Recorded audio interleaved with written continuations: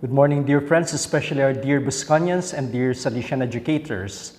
Today is September 3, 2020, and I'd like to share on something that I've written about 18 years ago.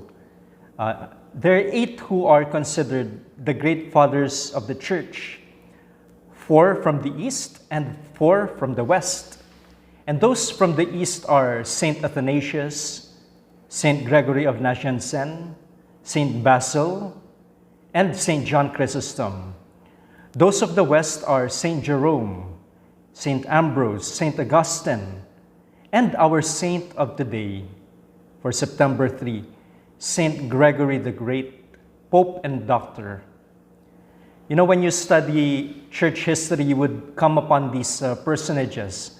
When we were studying it in Don Bosco, Parañaque, in now called the Don Bosco School of Theology, we had as our professor in church history, Father Gregorio Bicomong Jr. or Father Jun Bicomong, or now he prefers to be called Father Greg.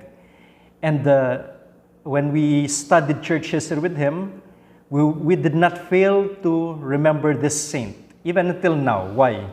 Because for every Gregory that he utters, of course, speaking about this Pope, when he says Gregory, everyone is obliged to clap their hands. Of course, in that study of church history, Gregory the Great is not to be confused with Gregory the Seventh, another great Pope of the church. But anyway, the saint of today is Gregory the Great. And he is famous for several things. One, he wrote extensively on morals and theology. That's why he is called the doctor. He is called the doctor of the church because of the writings that he did. And among the fathers, he had very great contributions. And then also, he is the apostle to the English people. And he had a considerable role in the development of the Roman liturgy. And then his name has always been associated with church music, and especially Gregorian chant. Although whether he was the one who developed this or not is in dispute. And he suffered a lot physically with sicknesses, but these afflictions seldom affected him in his judgment. But you know, besides all these, what really struck me when we were studying him was his humility. You know, he reproved prelates. Prelates are men of the church who gave themselves these titles that are grandiloquent. Instead, he himself preferred to be known as Servus Servorum Dei. I repeat that, Servus Servorum Dei. And if you translate that, it is servant of the servants of God.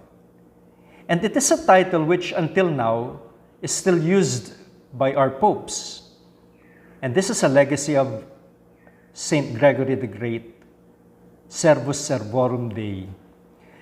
Now, this is one realization I have had ever since I became a member of the clergy, and that was the time I was ordained deacon in March of 2001. Our batch, when we were ordained, we chose as motto this passage from St. Luke, chapter 22, verse 27.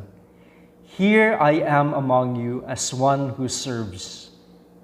And you see, it's really something fit for deacons. But by becoming a priest, one does not lose the diaconate, thus giving us the meaning that our priests, and even more so, our bishops and our pope, we are all for the service of God's people. And I was speaking once to a group of seminarians, and I was telling them, if you are seeking for honor, do not aim to be a priest. If you refuse to be a servant, do not aim to be a priest. For in this we follow what Gregory was saying. And I think this is true for all of us. For like Gregory, the only title we should seek is servant. And so especially for the Bosconians and our lay mission partners here, sometimes we would use this acclamation, serve the Lord with holy joy. This is our aim in life, that when we serve with joy. We're at the service of each other. Tayo'y lingkod ng bawat isa. And so happy serving.